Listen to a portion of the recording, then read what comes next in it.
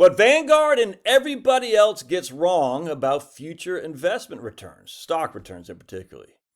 They just forgotten about what's called the equity risk premium. This is surprising to me. And what an equity risk premium is quite simple.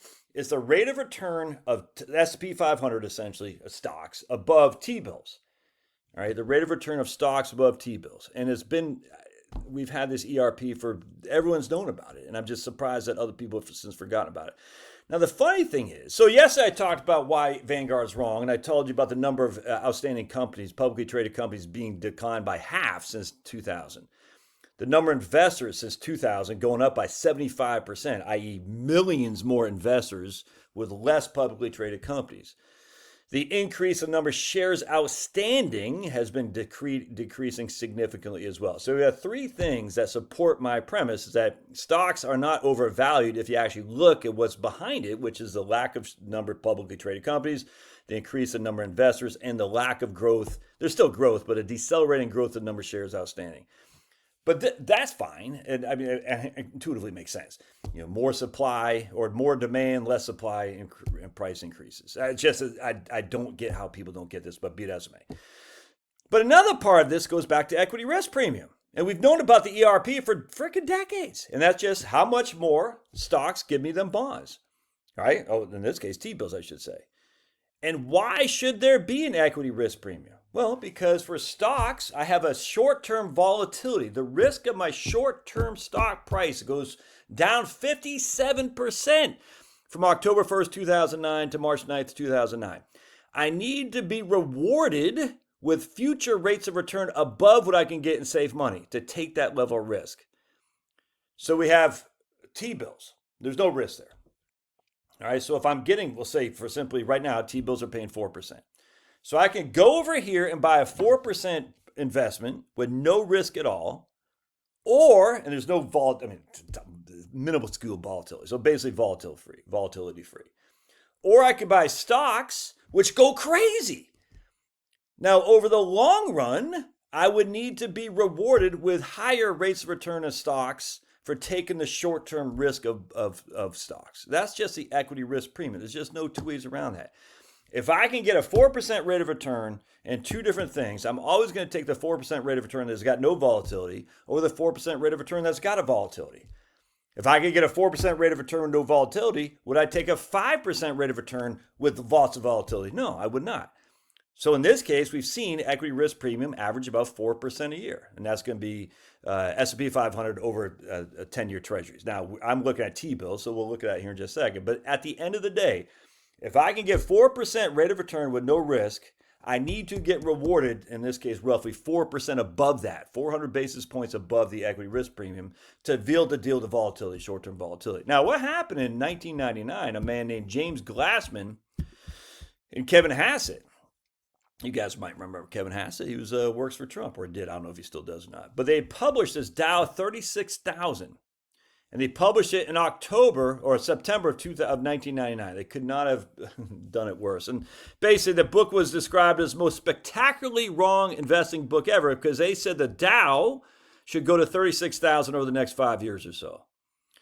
The authors argued that the stocks did not have significantly greater risk than bonds in the long run, and as such, investors would realize that stock prices should give you the same risk as bonds over the long run. What they failed to understand, those stock prices have significant volatility in the short term, much, much more so than bonds. So their assumption was we're going to get rid of the equity risk premium. Because if we look at the long run, we see stocks actually outperform bonds. So stocks are actually safer than bonds in the long run. I completely disagree with that whole thing because the long run never arrives. You're always in the short run. But their contention was, hey, the equity risk premium is based on the false premise that stocks are more risky than bonds, in this case, T-bills. And you can make an argument they're less risky, or at least just as risky as that in the long run, but it's the short run we're worried about, the short run today. What happens to the market today is all I care about.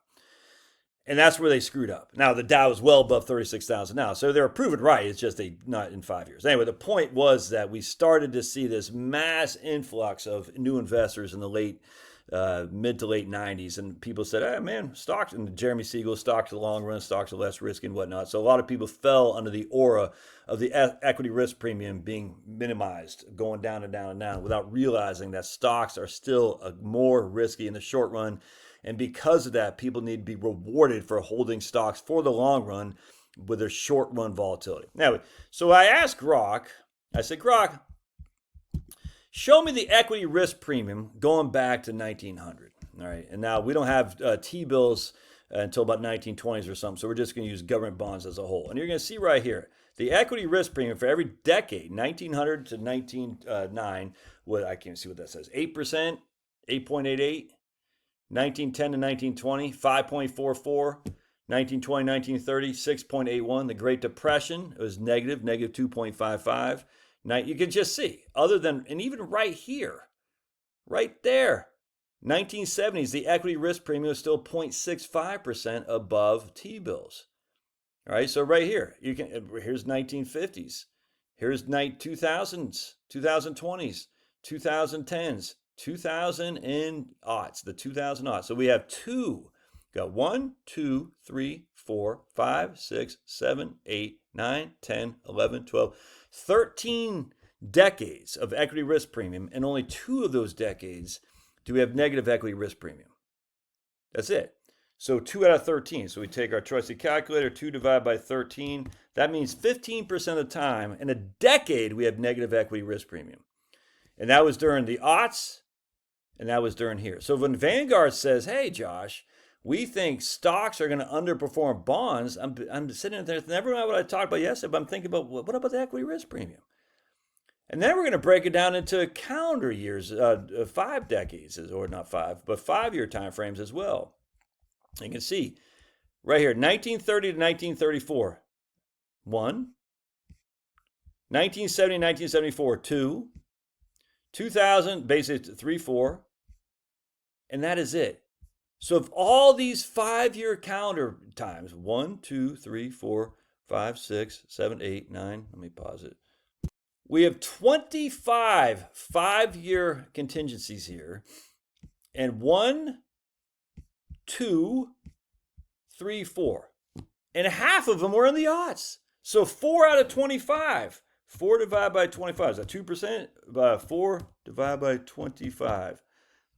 Hold on a second.